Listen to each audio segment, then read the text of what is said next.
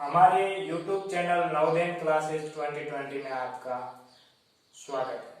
दोस्तों, पिछले वीडियो में हमने जो अप्रोक्सीमेट वैल्यूज, जो निकटतम मान जिसे हम कहते हैं, उसको कैसे करते हैं, उसके क्वेश्चन सॉल्व कैसे करते हैं, वो हमने पिछले वीडियो में समझा था। और आज हम जो हमारा डेली का रूटीन है, जो चैप्टर समाप्त होने के बाद उसके वेरी इंपॉर्टेंट क्वेश्चन पार्ट करते हैं, तो आज हम इसी चैप्टर का वेरी इंपॉर्टेंट क्वेश्चन पार्ट करेंगे। वो भी पहला क्वेश्चन,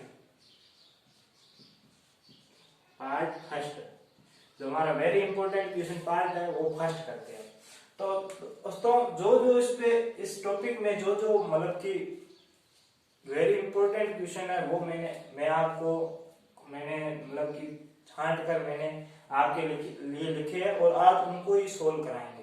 तो उसमें पहला क्वेश्चन है वो कुछ इसी प्रकार है, आइए देखते हैं। वो क्वेश्चन है कि 3.98 गुणा 4.97 का सैनिकट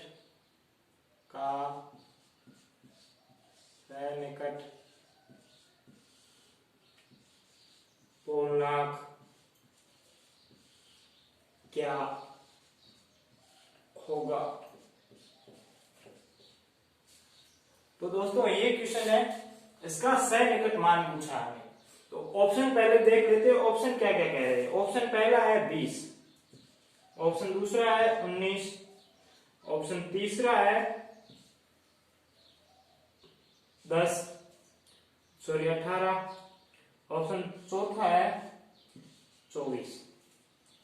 ये कुछ कि ऑप्शन दिए हुए हैं, इसको सोल्व करते हैं। तो मैंने आपको पहले ही बता दिया है कि आप पहले कि अगर जोड़ है तो पहले इनको जोड़कर बाद में निकटतम मान ज्ञात कर सकते हैं, या गुणा है तो इनको आपस में गुणा करके निकटतम मान ज्ञात कर सकते हैं, या फिर पहले आप अलग अलग का निकटतम मान ज्ञात कर दो, फिर जो भी जोड़ है बाकी है या गुणा जो भाग है वो आप बाद में भी ज्ञात कर सकते हो। तो पहला क्वेश्चन है कि इस प्रकार है। तो अगर ज्यादातर आप अगर गुणा की क्वेश्चन हो ना, तो आप पहले अलग अलग निकटतम मान ज्ञात कर लेना, उसके बाद आपको उन दोनों को गुणा कर लेना। तो हम इनका निकटतम मान ज्ञात करें तो 3.98। अब पूरी संख्या का निकटतम मान ज्ञात करना है तो पॉइंट के बाद अगर एक अंक है तो इकाई का अंक, दहाई का अंक है, दो अंक है तो दहाई का अंक के मान का, अगर 3 अंक है तो सैकड़े के अंक के मान का, अगर 4 अंक है तो हजारवें अंक के मान का निकटतम मान ज्ञात करना है। तो यहाँ पे इकाई का अंक ही है। अब इकाई के अंक में हम निकटतम मान ज्ञात कैसे करते हैं, तो पॉइंट के बाद जो हमारा दशांश होता है 1/10 होता है, उसको हम देखेंगे। तो इसमें क्या है, पॉइंट के बाद पहला अक्षर 9 है, तो 0 1 2 3 4, दूसरा ग्रुप है 5 6 7 8 9। अगर इसमें है तो कोई अंक में बदलाव नहीं होगा, अगर इसमें है तो इसमें पहले अंक में 1 जुड़ जाएगा। तो ये 9 है जो कि इसमें है, तो इसमें पहले अंक में 1 जुड़ जाएगा, यानी कि 3 का 4 हो जाएगा पॉइंट। फिर पीछे जितने भी अंक है उतने 0 लगा लो। तो यहाँ पे क्या आ गया, 4। पॉइंट के बाद 2 जीरो का कोई वैल्यू नहीं है, तो यहाँ पे अंक क्या आ गया, 4 संख्या। और यहाँ पे हम ज्ञात करें तो 4.97। इसमें भी पॉइंट के बाद क्या अंक है, 9 है, इसलिए ये अंक भी 1 बढ़ जाएगा, यहाँ 5 हो जाएगा। और पीछे अंक है 2, तो यहाँ पे 2 जीरो लग जाएंगे, यानी कि यहाँ पे कौन सी संख्या आ गई, 4 गुणा अगली कौन सी संख्या आ गई, 5। तो 4 और 5 को हम सीधे सीधे गुणा करते हैं, तो 5 चौके 20 या 4 पंजो 20। तो हमारा उत्तर है वो ऑप्शन नंबर ए है, एकदम सही उत्तर है। तो दोस्तों, उम्मीद करता हूँ आपको ये क्वेश्चन समझ में आया होगा। अगर समझ में नहीं आया है तो कमेंट बॉक्स में जरूर बताइएगा कि आपको कहाँ पे समस्या आ रही है, हम उस क्वेश्चन का जल्दी से आपका समाधान करके आपको बता देंगे। तो दोस्तों, आइए क्वेश्चन नंबर दूसरा देखते हैं। क्वेश्चन नंबर दूसरा क्या कह रहा है कि 14.5 भाग 3 का 10.5 दशमलव के 2 अंकों तक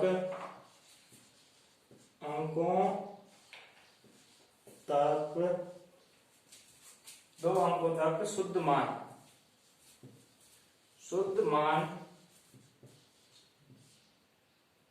ज्ञात करें।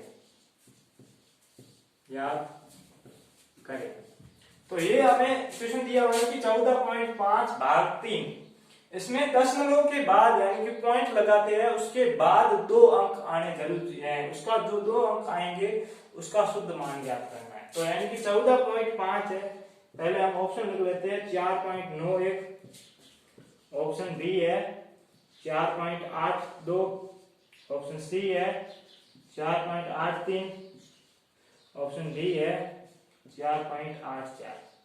यानी कि पॉइंट के बाद 2 अंक आने चाहिए। यहाँ पे पहले से क्वेश्चन में कहा है कि दशमलव के बाद 2 अंकों तक मान क्या होगा, शुद्ध मान क्या होगा, तो वो हमें याद करना है। तो हमें मतलब कि सीधा 3 का भाग देना है 14.5 में, ठीक है। अब 14.5 में 3 का भाग आप ऐसे भी कर सकते थे कि पहले अगर इसमें मतलब कि इसका निकटतम मान ज्ञात कर लेते फिर पॉइंट भाग दे देते। तो आपको बता दूं कि ऑप्शन में निकटतम मान नहीं पूछा है, शुद्ध मान पूछा है, निकटतम मान नहीं पूछा है, शुद्ध मान पूछा है, इसीलिए हम निकटतम मान नहीं ज्ञात करेंगे, सीधा भाग देंगे।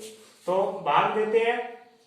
अब पहले अंक में 3 का भाग नहीं जा रहा है क्योंकि 1 3 से छोटा है। अब पहले शुरू में 2 अंकों ले लेते हैं, तो 3 को 14 में 3 का भाग दिया तो S3 का पहाड़ा बोलो 14 आए या 14 से कम आए, तो 3 एकम 3, 3 दूनी 6, 3 तिया 9, 3 चौके 12, और 3 को 5 से अगर गुणा करेंगे तो 15 आ जाएगा, जो कि इससे ज्यादा है। तो 3 चौके 12, फिर 14 में 12 गया, 2 बचा, फिर 5 नीचे उतर गया, यहाँ पे 5 आ गया।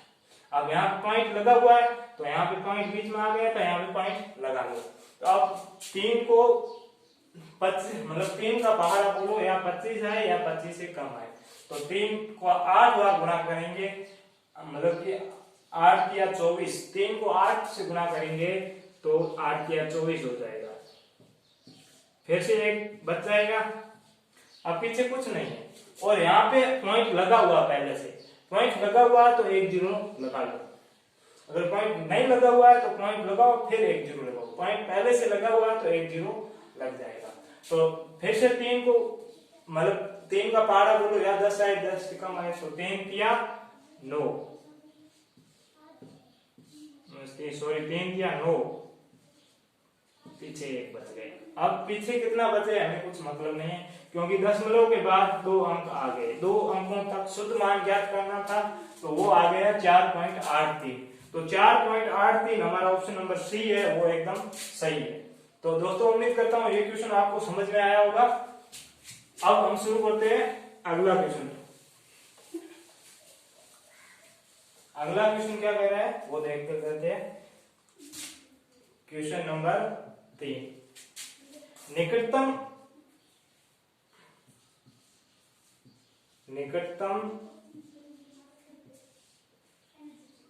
1000 तक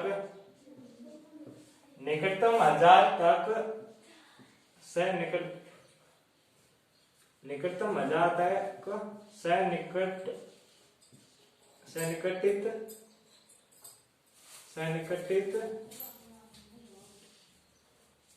करने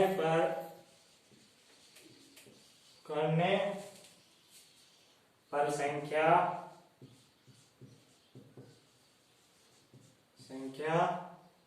8320 है, यानी कि 8320 का हमें निकटतम रूप ज्ञात करना है। कौन से अंक का? 1000 अंक का, यानी हजारों अंक ये है, यानी कि पूरी संख्या का मान निकटतम मान क्या होगा। पिछले क्वेश्चन में आपको शुद्ध मान पूछा गया था, इसलिए निकटतम मान ज्ञात नहीं करना है, जब आपको शुद्ध मान पूछे तो शुद्ध मान ज्ञात करना है, यानी कि जो उसका रियल मान क्या आएगा वो ज्ञात करना है। अगर आपको निकटतम मान ज्ञात करने को बोले तो आपको निकटतम मान ज्ञात करना है। तो ऑप्शन देख लेते हैं इस क्वेश्चन के। ऑप्शन पहला है वो है 8000, ऑप्शन दूसरा है वो है 8320, ऑप्शन तीसरा है वो 8400 और ऑप्शन चौथा है वो है 4000। तो ये 4 ऑप्शन आ गए। अब हमें इस संख्या का निकटतम मान ज्ञात करना है। तो निकटतम मान किसका ज्ञात करना है? 1000वें अंक का, यानी कि 8 है, इसका ज्ञात करना है। तो इससे जस्ट राइट हैंड साइड कौन सा अंक है? 3 है। 3 किस में आता है? 0 1 2 3 4, इसमें 3 आता है।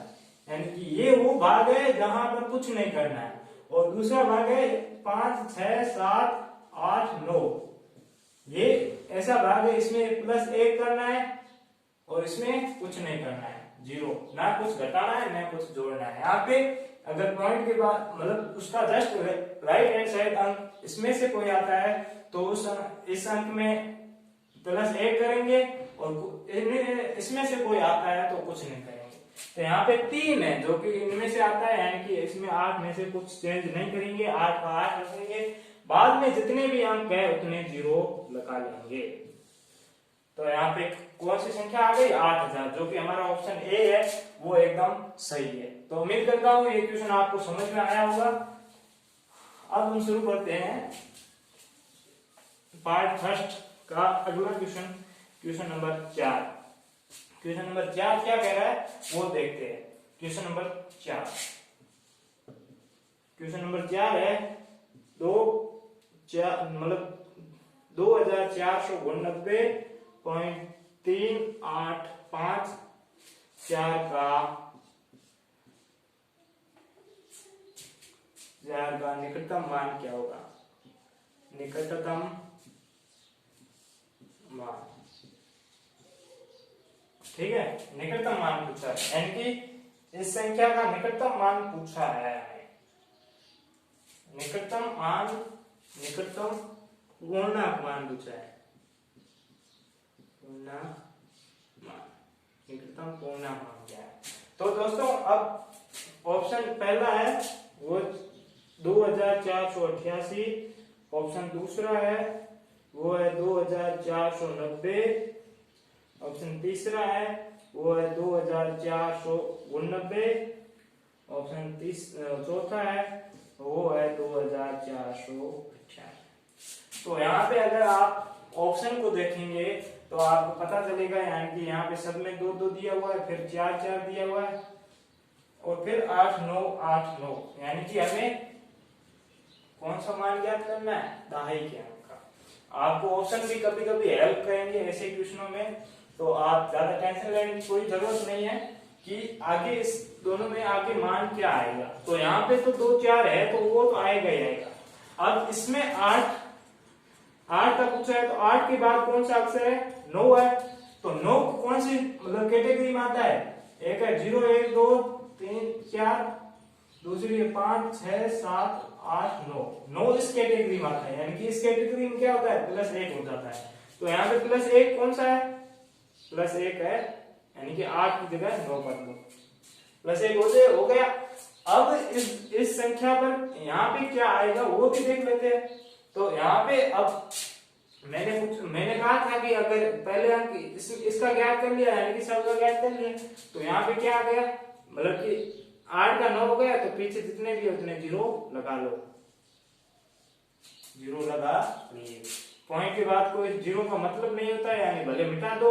तो हमारा 2490 हमारा उत्तर है, 2409 वो एकदम सही है। दोस्तों उम्मीद करता हूँ ये क्वेश्चन आपको अच्छी तरह से समझ में आया होगा। ये इस चैप्टर से कई बार नवोदय विद्यालय एंट्रेंस एग्जाम कक्षा 6 में कई बार प्रश्न पूछे जा चुके हैं, इसलिए आप इस वीडियो को पूरी तक देखते रहिए, और जो भी मैं इंपॉर्टेंट क्वेश्चन समझा रहा हूँ वो आपको समझ में आ सके।